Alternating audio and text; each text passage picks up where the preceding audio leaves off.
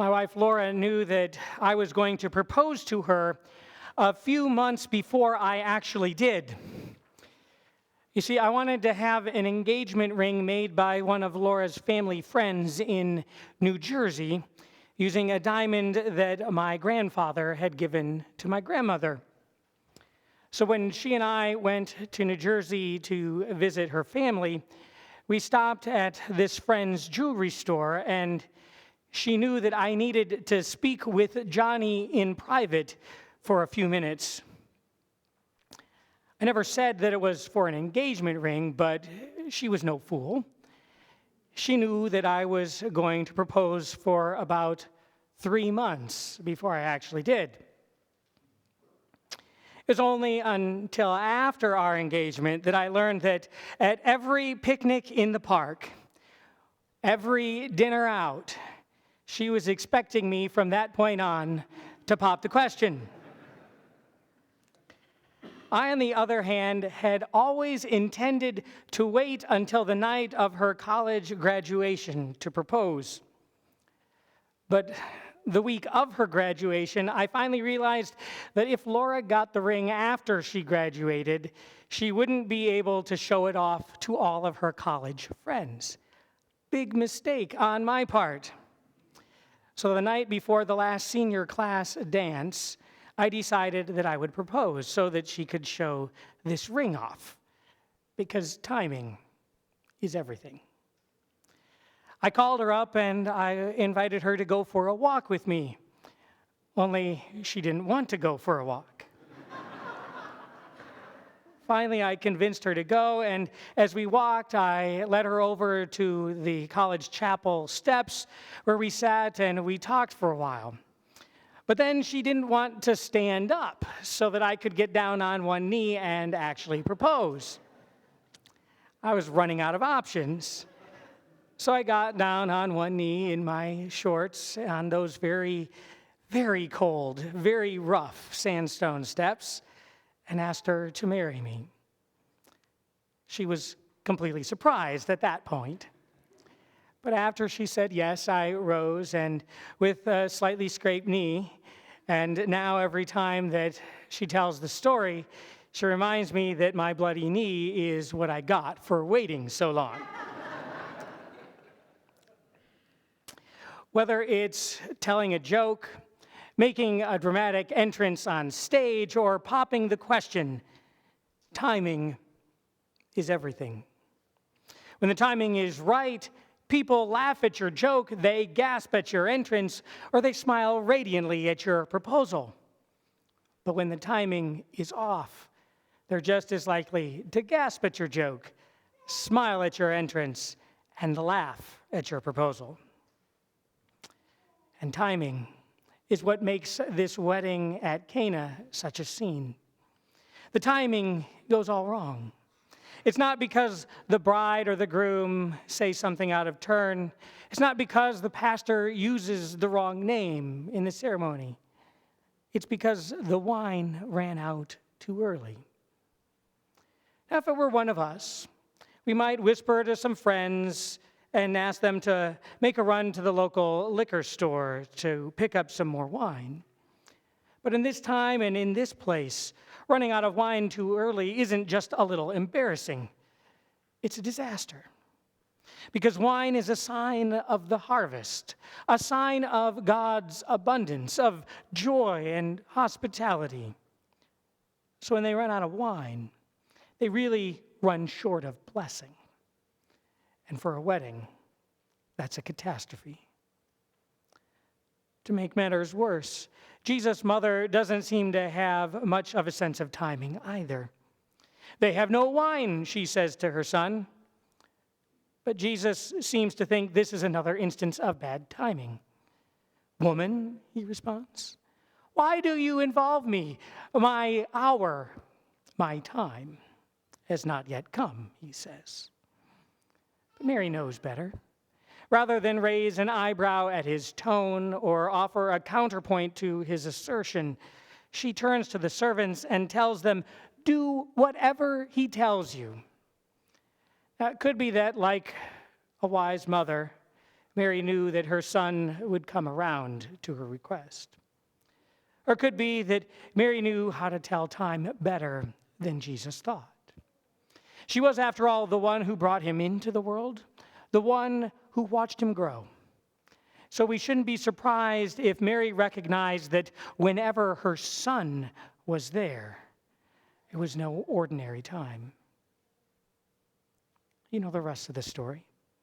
Jesus instructs the servants to fill 6 large jars of water and to draw some of it to take to the chief steward.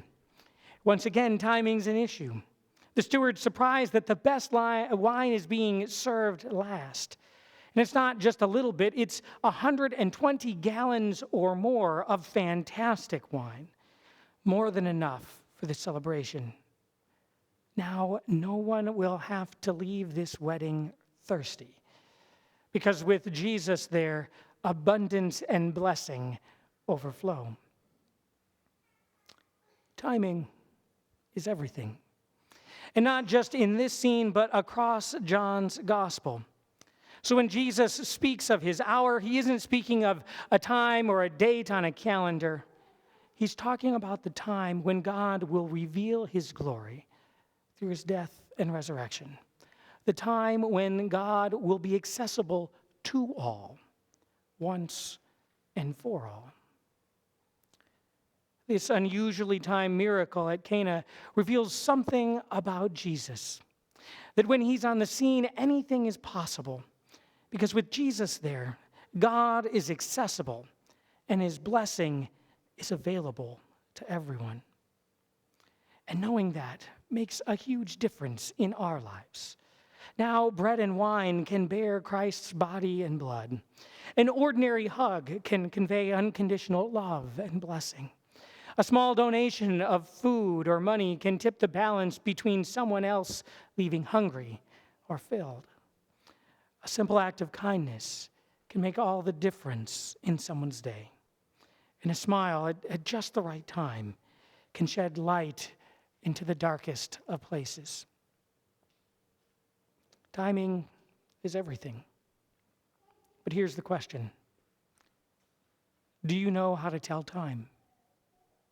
We can come up with all different kinds of reasons to say no to God. We can say, I can't do it right now, God. I don't have the gifts to do what you're asking. I can't work miracles, God. I can't even fix myself. I can't beat my anxiety.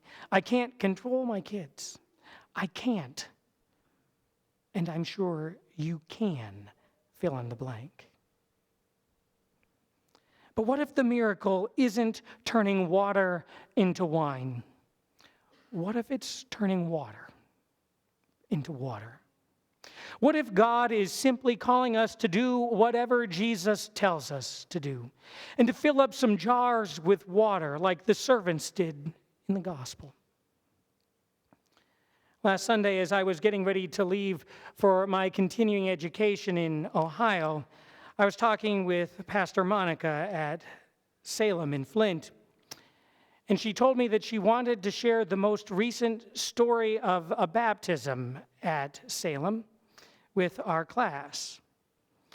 I think it's important to share with all of us because it transformed the way that I thought about Flint's water crisis.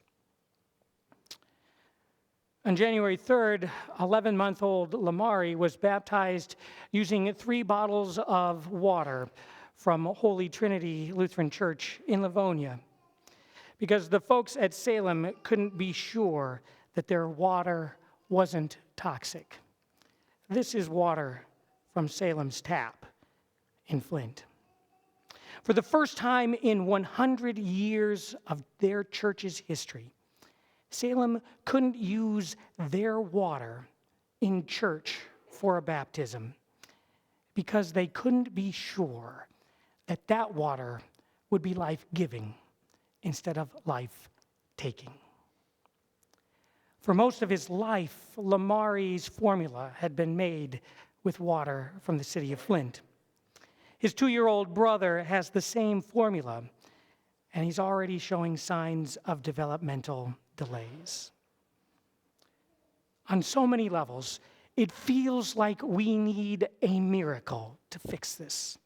In order to do what needs to be done, Flint needs all new water pipes, or at least countless purification systems. It's like water needs to be turned into wine yet again. But God isn't asking us to turn water into wine. God's asking us to turn water into water.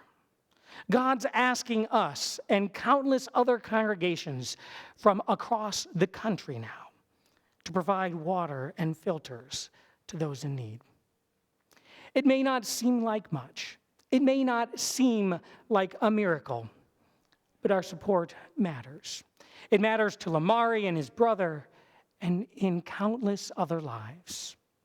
It matters to us as we share God's work with our hands, because whether the timing seems right or all wrong, God has given us all gifts to share. And while we'll never see the full effect of what our participation in God's work will do, we can be sure that the blessing will be more abundant than we'll ever know. There will always be times in each of our lives where things don't go our way, when it feels like there's nothing that we can really do, when it seems like the party is all but over and the joy has left the building. But it's precisely at those times when we can stop and remember this wedding at Cana, where we discover that with God all things are possible, and with Christ by our side, the time is always right to extend an abundance of grace and blessing. Amen.